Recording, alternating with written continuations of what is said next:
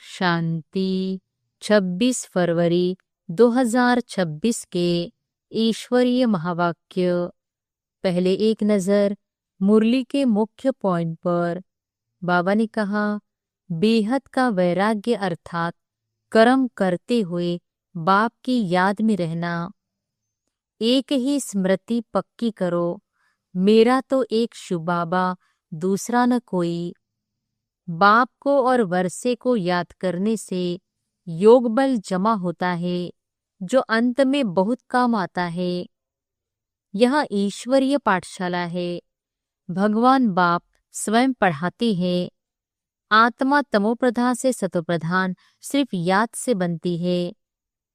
और फिर बाबा ने कहा, गंगा स्नान या कोई तीर्थ पतित से पावन नहीं बना सकता, केवल ज्ञान और योग ही साधन है। भक्ति मार्ग द्वापर से शुरू होता है, यह अनादि नहीं है। 84 जन्मों का चक्र पूरा हुआ है, अब घर वापसी का समय है। राजयोग से विकर्म विनाश होते हैं और आत्मा निरोगी बनती है।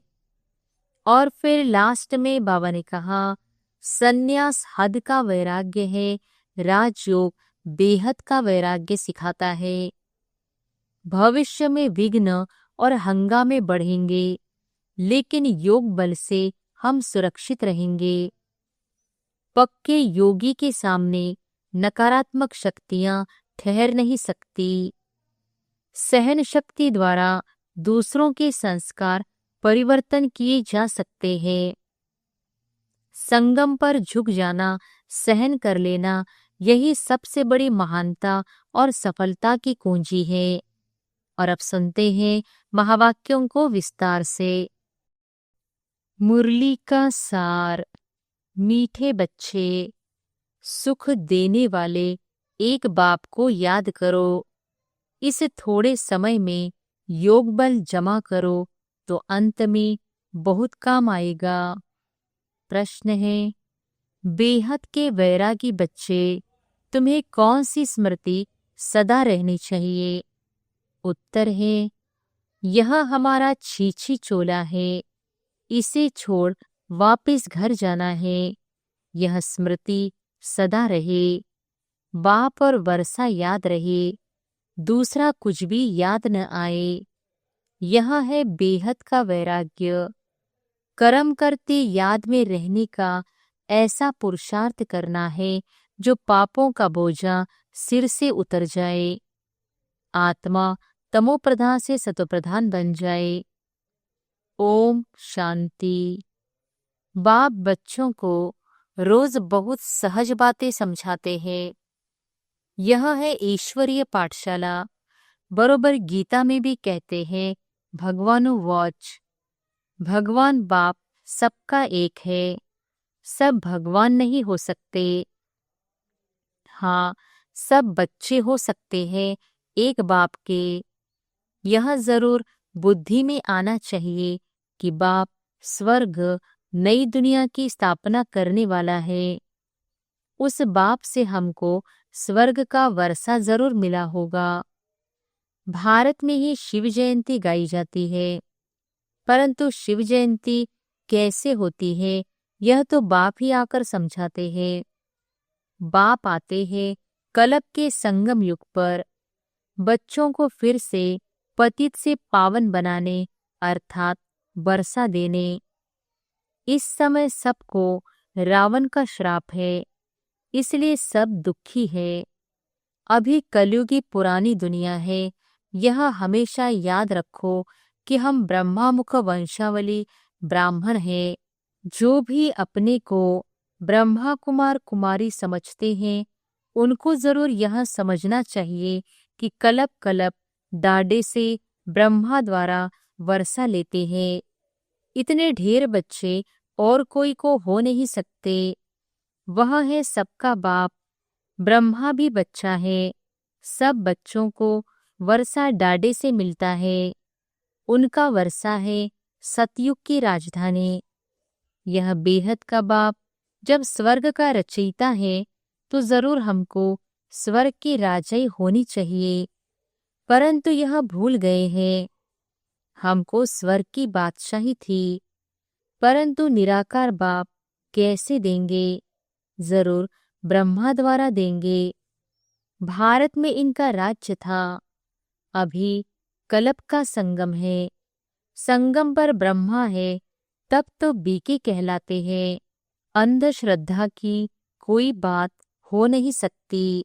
एडॉप्शन है। हम ब्रह्मा कुमार कुमारियां हैं। ब्रह्मा शिव बाबा का बच्चा है। हमको शिव बाबा से फिर से स्वर्ग की बादशाही मिल रही है। पहले भी मिली थी, जिसको 5000 वर्ष हुए। हम देवी देवता धर्म के थे। पिछाड़ी तक वृद्धि होती रहती है। जैसे क्राइस्ट आया, क्रिश्चियन धर्म अभी तक है, वृद्धि होती रहती है। वे जानते हैं कि क्राइस्ट द्वारा हम क्रिश्चियन बने। आज से 2000 वर्ष पहले क्राइस्ट आया था। अब वृद्धि हो रही है। पहले पहले सतोप्रधान, फिर रजो तमो में आना है। तुम सतयुग में सतोप्रधान थे, फिर रजो तमो में आए हो। तमोप्रधान सृष्टि से फिर सतोप्रधान जरूर होती है। नई दुनिया में आदि सनातन देवी देवता धर्म था। मुख्य धर्म है 4। तुम्हारा धर्म आधा कल्प चलता है। यहाँ भी तुम उस धर्म के हो, लेकिन विकारी होने के कारण तुम अपने को देवी देवता नहीं कहलाते हो। तुम थे आदि सनातन देवी देवता धर्म के, परंतु वाम मार्ग में जाने के कारण तुम पतित बने हो, इसलिए अपने को हिंदू कह देते हैं। अब तुम ब्राह्मण बने हो। ऊंचे ते ऊंचा है शिव बाबा, फिर हो तुम ब्राह्मण। तुम ब्राह्मणों का ऊंचे ते ऊंचा वर्ण है। ब्रह्मा के बच्चे बने हो, परंतु वर्षा ब्रह्मा से नहीं मिलता है। शिव बाबा ब्रह्मा द्वारा स्वर्ग की स्थापना कर रहे हैं। तुम्हारी आत्मा अब बाप को जान गई है। बाप कहते हैं कि मेरे द्वारा मेरे को जानने से सारे सृष्टि चक्र के आदि मध्य अंत की नॉलेज समझ लेंगे। वह ज्ञान मेरे को ही है। मैं ज्ञान का सागर, आनंद का सागर, पवित्रता का सागर हूँ। 21 जन्म तुम पवित्र बनते हो, फिर विषय सागर में पड़ जाते हो। अभी ज्ञान का सागर बाप तुमको पतित से पावन बनाते हैं। कोई गंगा का पानी पावन नहीं बना सकता। स्नान करने जाते हैं, परंतु वह पानी कोई पतित पावन नहीं है।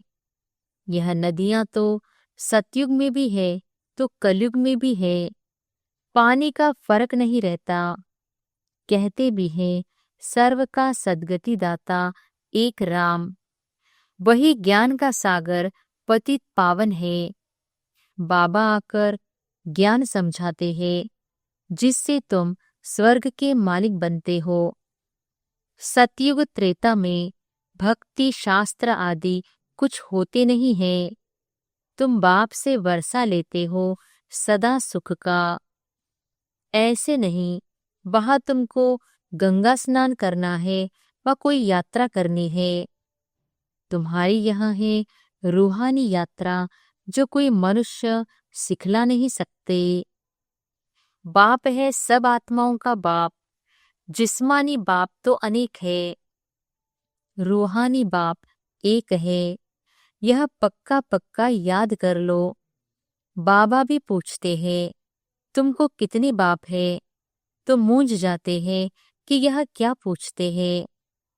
बाप तो सबका एक होता है, 2-3 बाप कैसे होंगे? बाप समझाते हैं उस परमात्मा बाप को याद करते हो दुख में। दुख में हमेशा कहते हो हे परम पिता परमात्मा, हमको दुख से छुड़ाओ।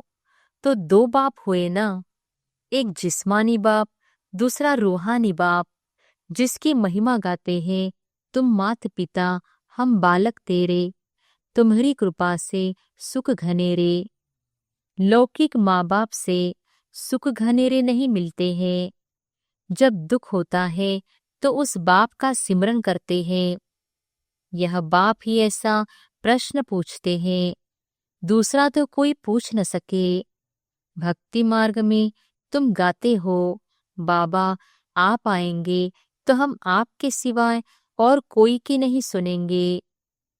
और तो सब दुख देते हैं, आप ही सुख देने वाले हो।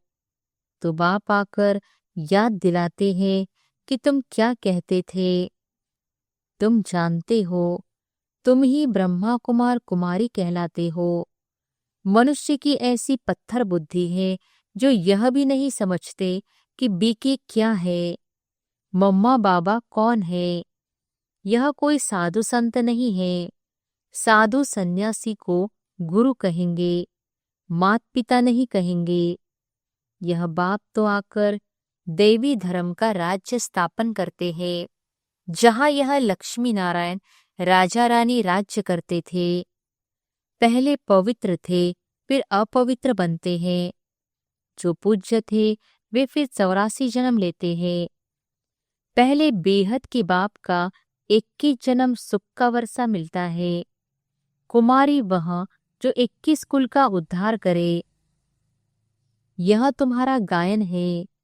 तुम कुमारियां हो, गृहस्थी नहीं हो। भले बड़े हैं लेकिन मर्जीवा बन सब बाप के बच्चे बच्चियां बने हो। प्रजापिता ब्रह्मा के ढेर बच्चे हैं और वृद्धि को पाते रहेंगे। फिर यह सब देवता बनेंगे। यह शिव बाबा का यज्ञ है।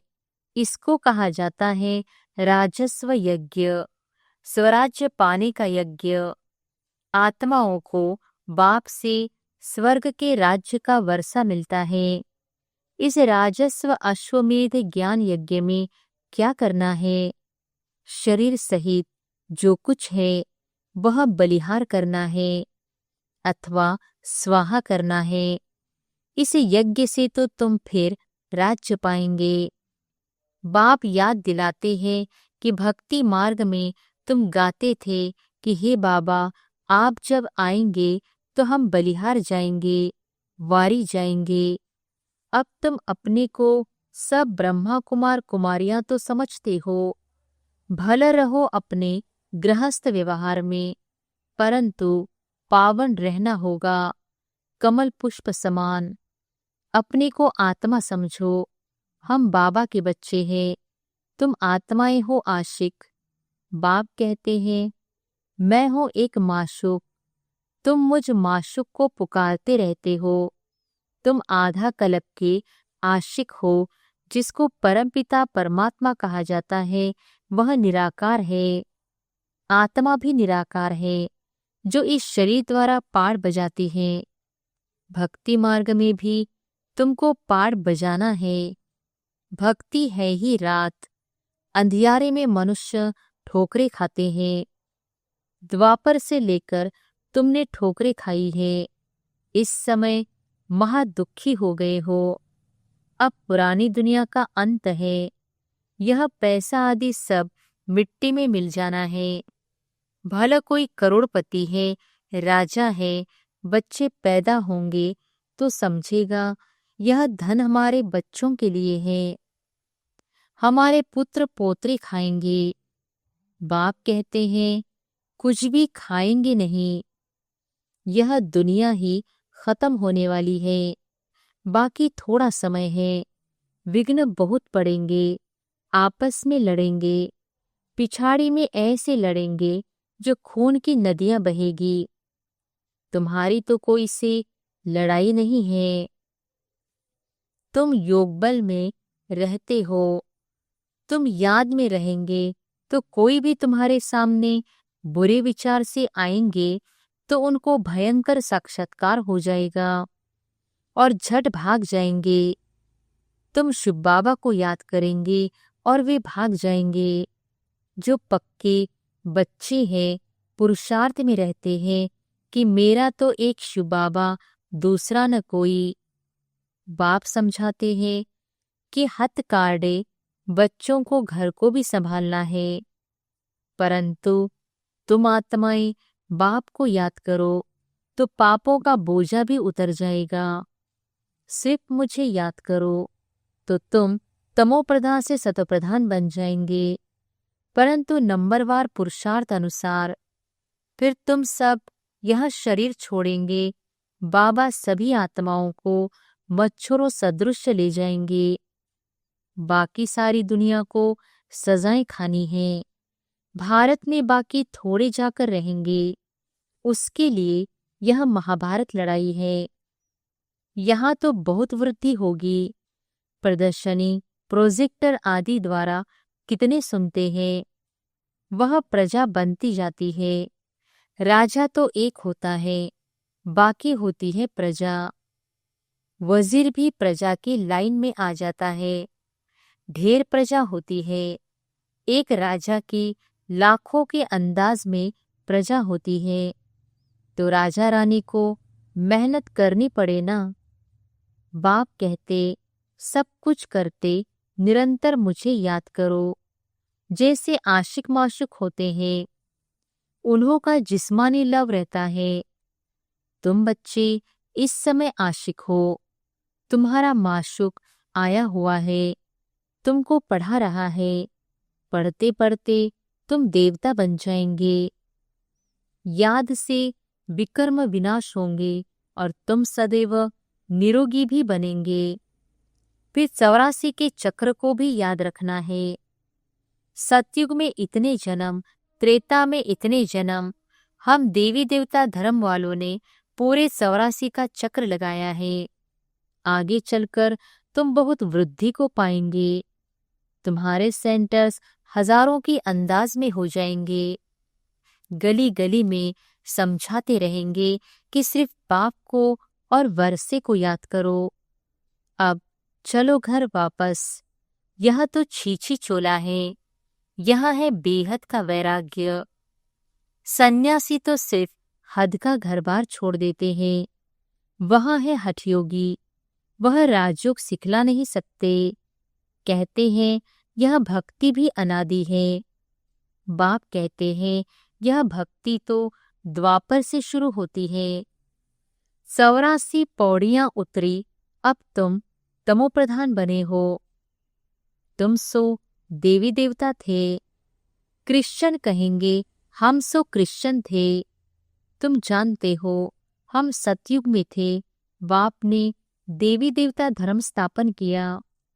यह जो लक्ष्मी नारायण थे वह अब ब्राह्मण बने हैं।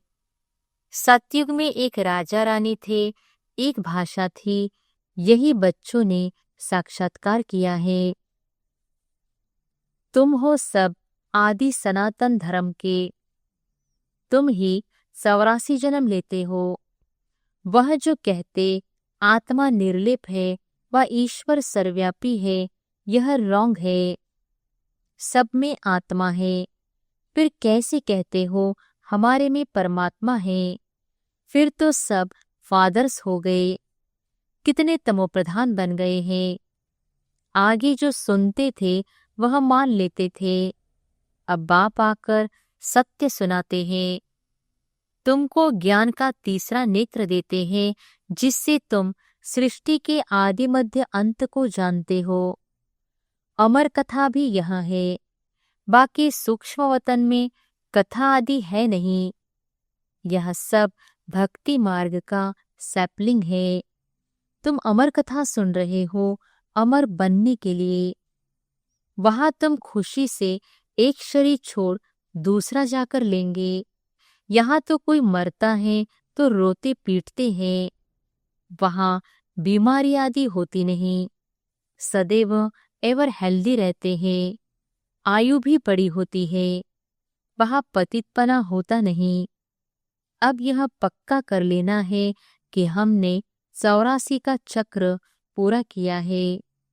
अब बाबा हमको लेने आया है। पावन बनने की युक्तियां भी तुमको बताते हैं। सिर्फ मुझ बाप को और वर्षे को याद करो। सतयुग में 16 कला संपूर्ण, फिर कला कम होती जाती है।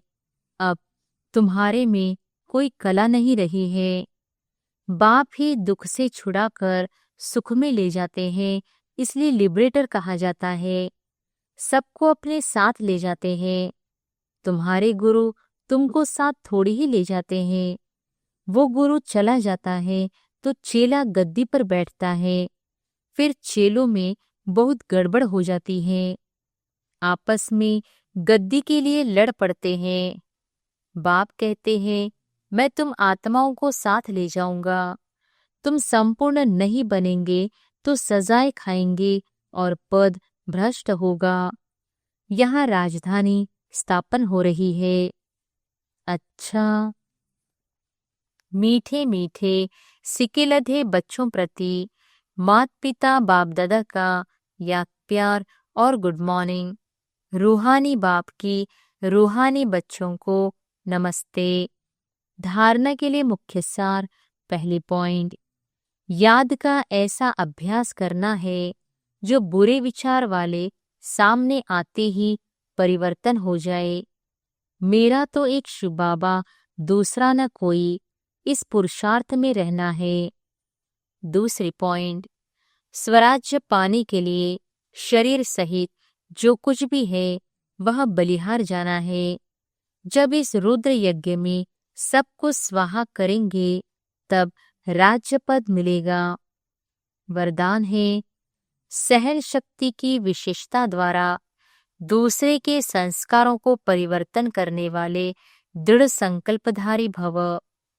सहन शक्ति की विशेषता द्वारा दूसरे के संस्कारों को परिवर्तन करने वाले दृढ़ संकल्पधारी भव। जैसे ब्रह्मा बाप ने ज्ञानी और अज्ञानी आत्माओं द्वारा इंसल्ट सहन कर उसे परिवर्तन किया, तो फॉलो फादर करो। इसके लिए अपने संकल्पों में सिर्फ दृढ़ता को धारण करो।